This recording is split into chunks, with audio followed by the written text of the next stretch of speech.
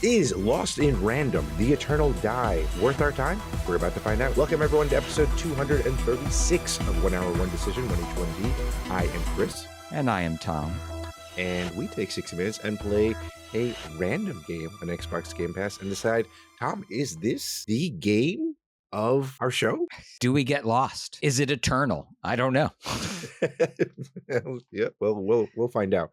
As we are going to be talking about Lost in Random, the Eternal Die, developed by Stormteller Games. This game came out, as of this recording, quite recently on June 2025, multi-platform release, PC, PS5, Xbox Series, and Switch. All the things. All the things. I guess except Switch 2.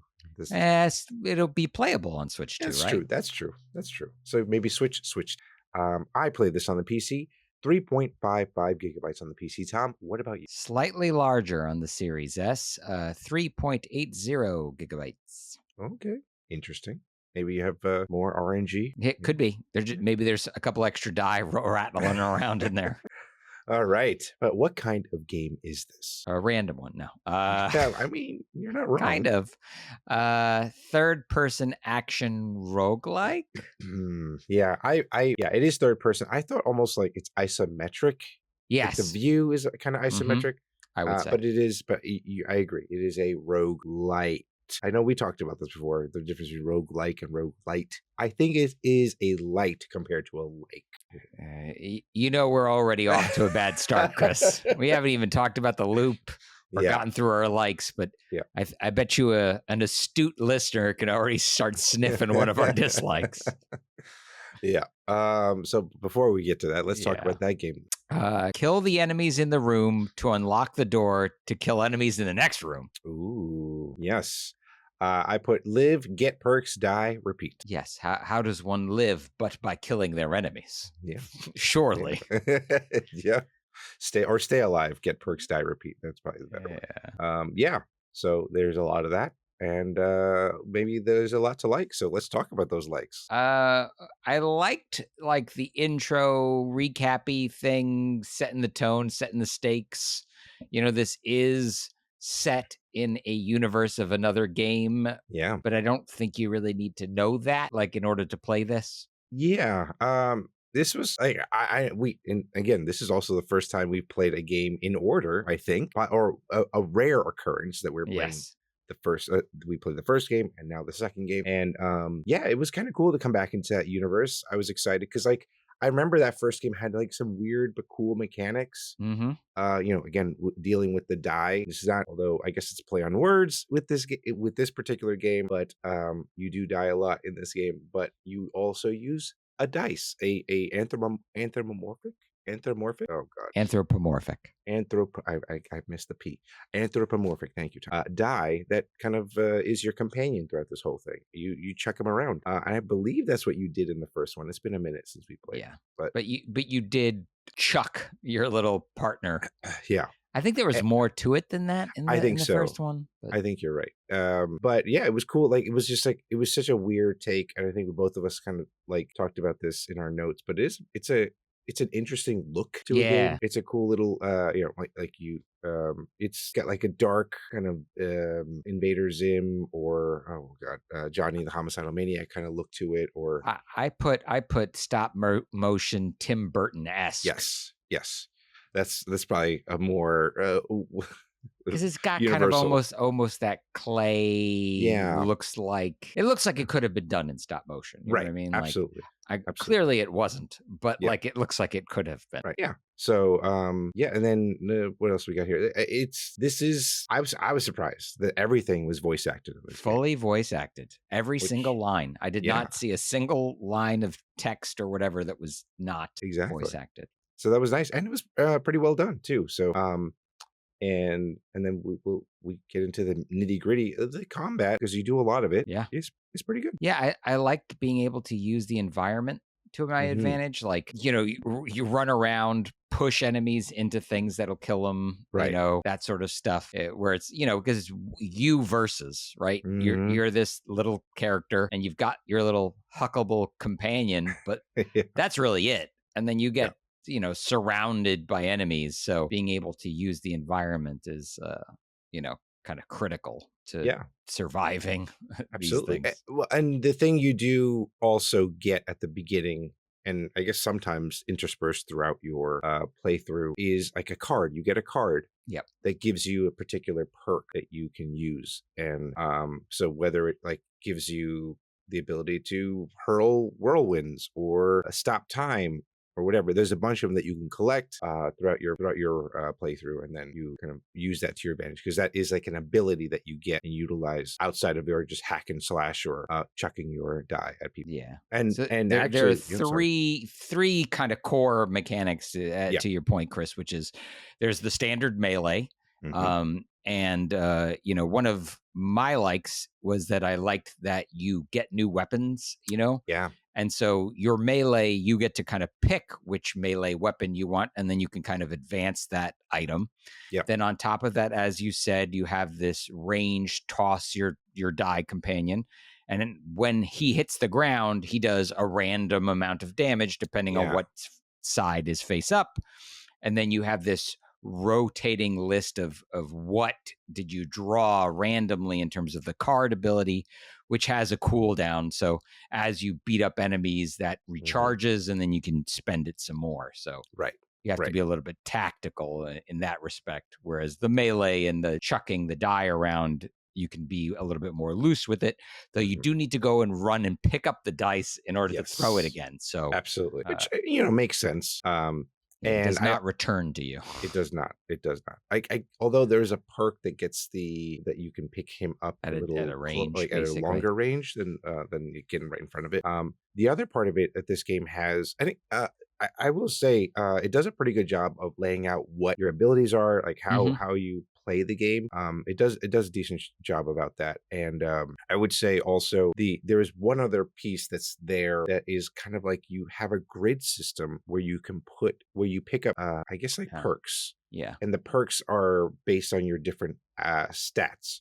So you have your melee attacks, you have your luck, I guess your magic attacks, and I think there's a fourth one. And what's interesting about that is when you put them on this like this grid, like I said, and kind of like tic-tac-toe, Yeah. if you line up the same colors, because each thing has a particular color, if you line those up, that gives you a stat boost for that particular stat. And yeah, I thought that was kind of interesting, but that is all random as well. So you have to like understand that you might not get the same color all the time. But there are sometimes where the little pieces will have multiple colors. Yes. And then you can kind of And play you do around with have choices, Right. When you encounter the ability or the time to pick up one of these things, you almost always have at least two to choose from. Yeah. So you can try to take the one that is more advantageous. But as you said, I mean, you may just be unlucky and never get three of the same color to unlock one of these boosts. So Right. And then there's also an option that I was surprised about, and I appreciate that there is an easy mode. Hey, all right. Yeah. And they tell you right up front you can turn it on and off whenever you want to. I appreciate that.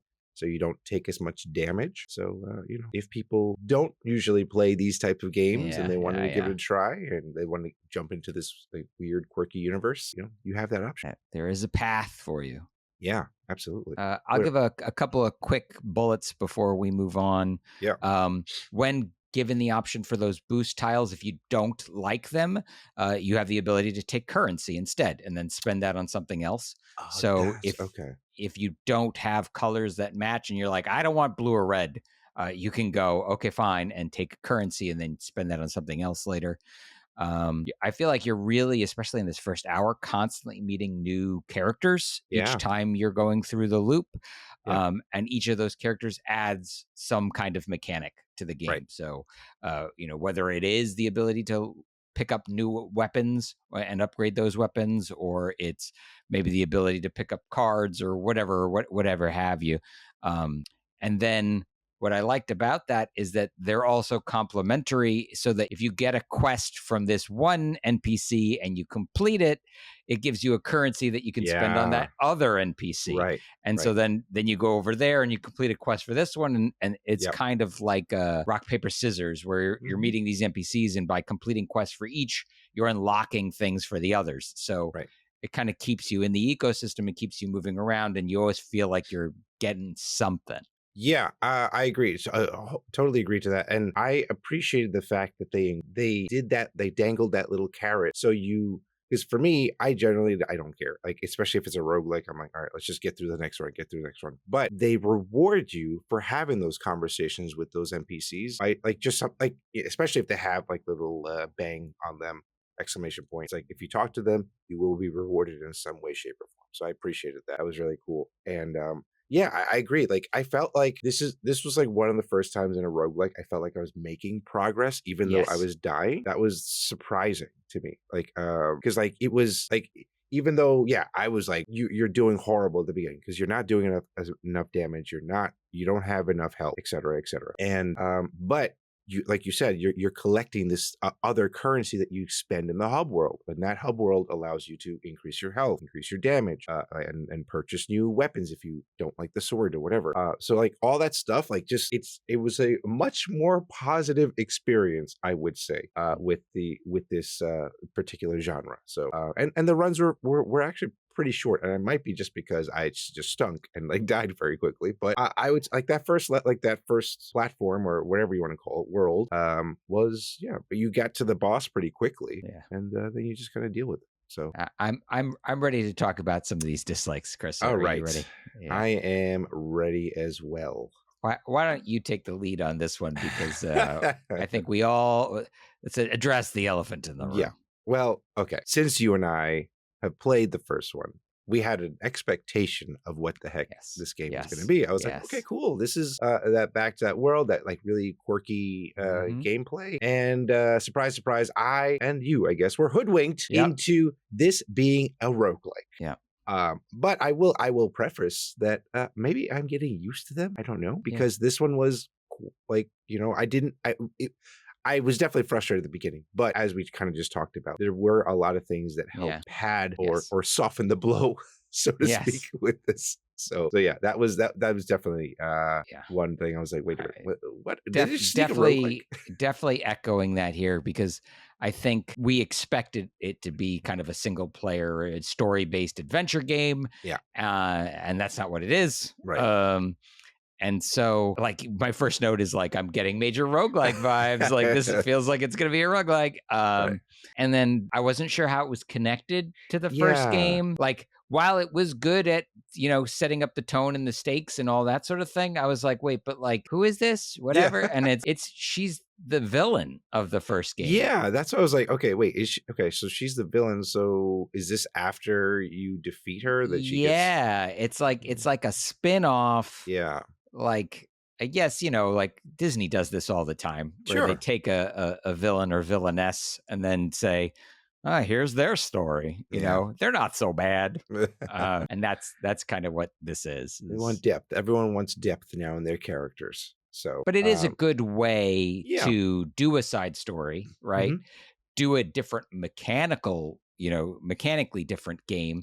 And if they want to revisit and do a proper sequel later, you maintain your protagonist and whatever from the first game. So That's true. This is, a little side story sojourn, and it doesn't need to be super connected to the first one. But it does leave you a little hoodwinked if you did play the first one. I had no way to heal in the first pass. And so I'm like, I guess I'm destined to lose here. Like, if you can't, I'm just taking damage. I can't heal myself. Right. There are no health items to pick up. You're just moving towards the first loss, really, to send you to the hub world. For sure. Yeah. That first round, I feel like they set you up for failure. But again, I guess they're trying to set the expectation of like, you are going to die a lot.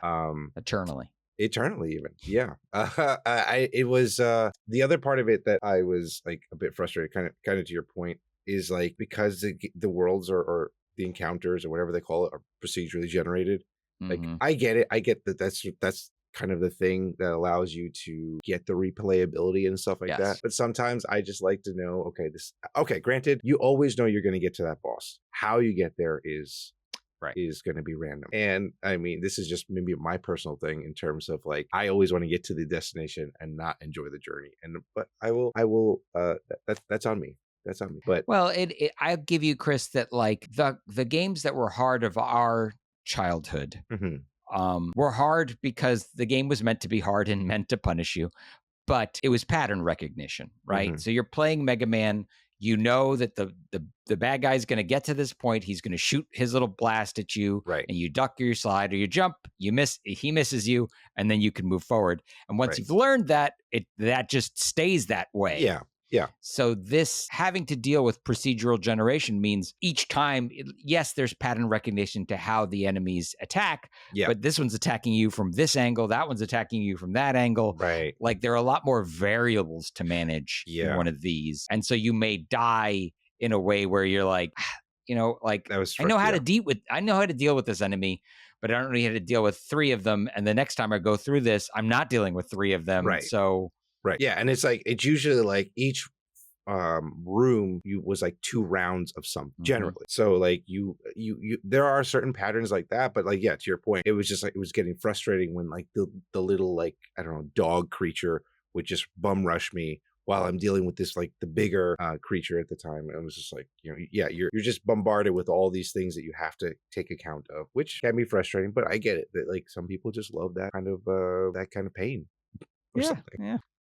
One thing I do want to also touch base on, some of the powers that you get from the cards, I felt like were kind of useless, or I didn't like them. And then like you were, again, because of the randomness, you might be stuck with that particular card for your run. So you're just like, ugh. It's like, and then the same thing, like when you're picking up the little perks and stuff like that, it's like, because of the randomness, because like, okay, well, this is, already that this is going to be a crappy run. And then it's like, what's the point of me doing? But like on the flip side, because you can get those those pieces of currency to help you later on, there's that they kind of like pad that with that possibility, but it was still like frustrating because you already know, and like you just kind of have to go through it. You just tough it out, or I guess die from someone random. But, yeah, there's not really, I mean, I suppose you could just suicide by enemy if you really wanted to, but that doesn't feel good either. I will say also, I felt like the animation, like when you die, I felt like it just took a little too long. Like especially if the plan is you're gonna reset, you're gonna go through the run. Like, I don't need to see her falling down the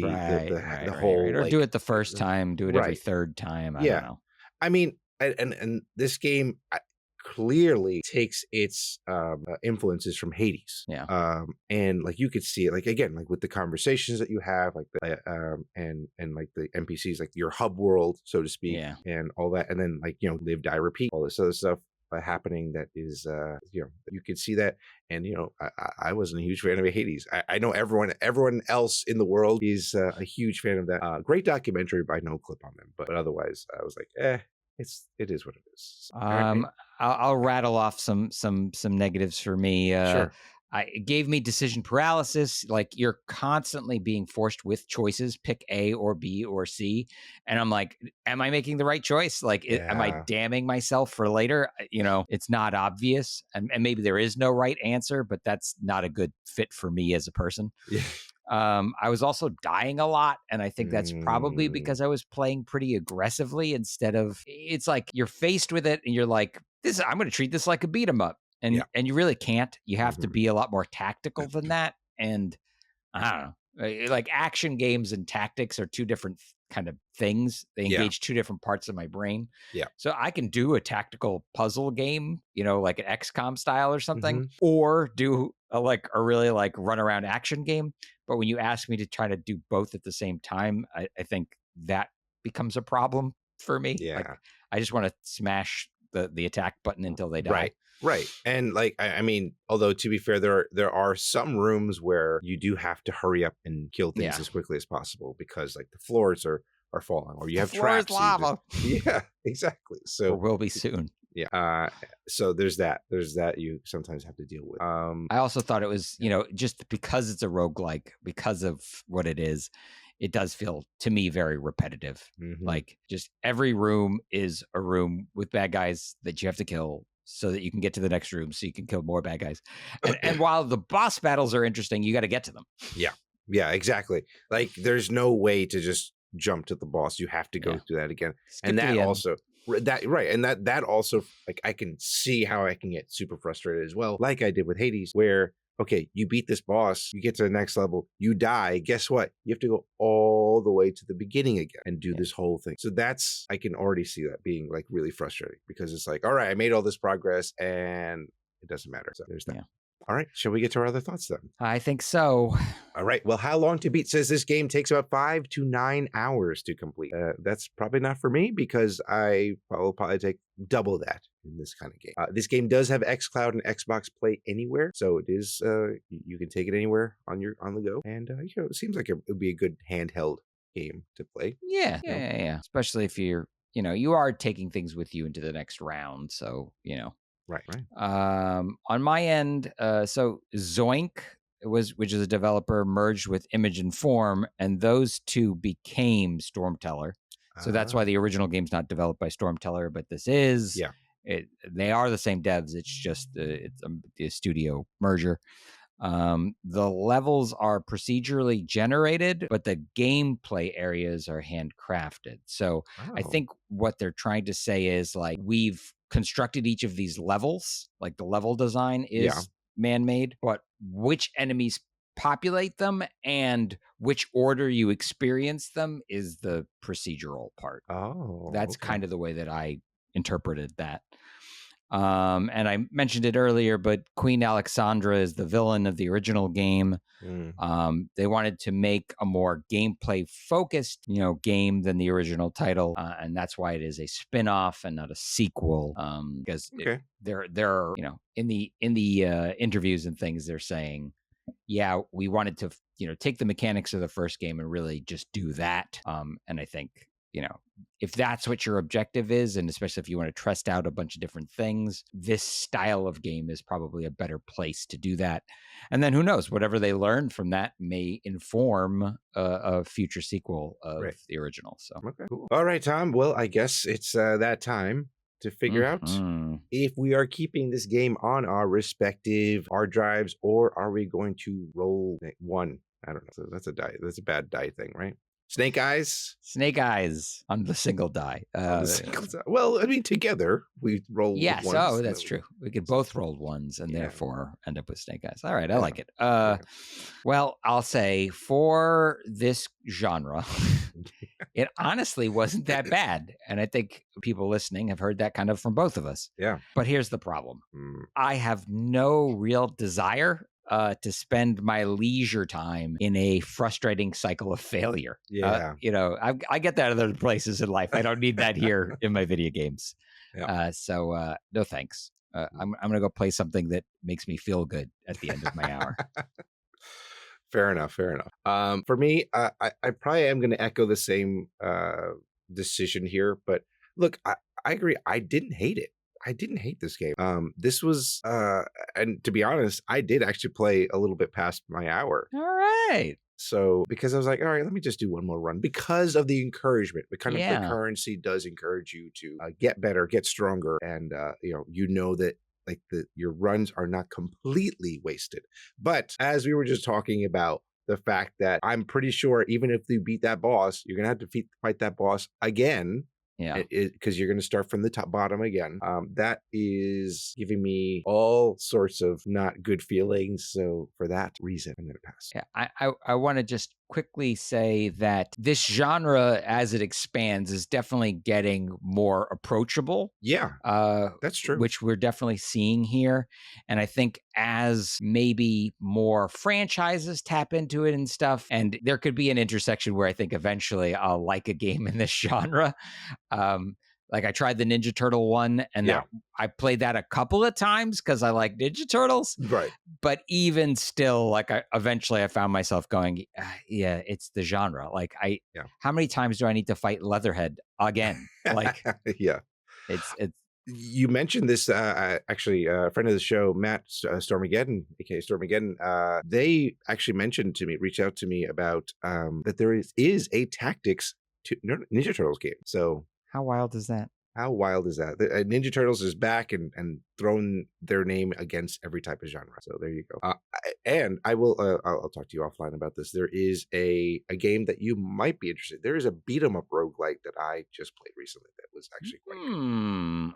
Yeah. Interesting. Yeah. Okay. All right. So those are our thoughts. Let us know what you think of this game. Follow us and say hello on Blue Sky at 1H1D, on Twitter and Threads at TC1H1D.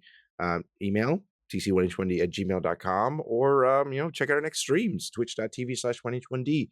All that stuff is there. We'll play that. We play our games randomly, and you can just come there and say hello or whatever you want to do. And we do put these things on YouTube, Tom. So I've heard. if you want to let us know what your favorite rogue like or light game is, or is this game worth it to keep going past the hour? Let us know. Give us your thoughts. Give us a like. Give us a like on Spotify or whatever, 5 stars, whatever it is. I'd really appreciate it, because we can spread the word of 1H1D out there to the world. And be an advocate of this show. Why not? And if you like any great gaming content, check it all out at quitthebuild.com/network. Now, Tom. Yes, that wraps this episode, but I believe we're going to do more of them. Yes, we are. Even random at that. So we are going to find out what we are playing next through the surprise button. So here we go. Oh, right. FBC Firebreak. Could be anything. It could be anything. Yeah, it's just, well, at least it starts with an F. Yeah. And ends with a C, whatever it is. And we're going to find out on our next episode. So thank you so much, everyone, for tuning into this episode, and we will catch you on the next one. Thanks, everybody.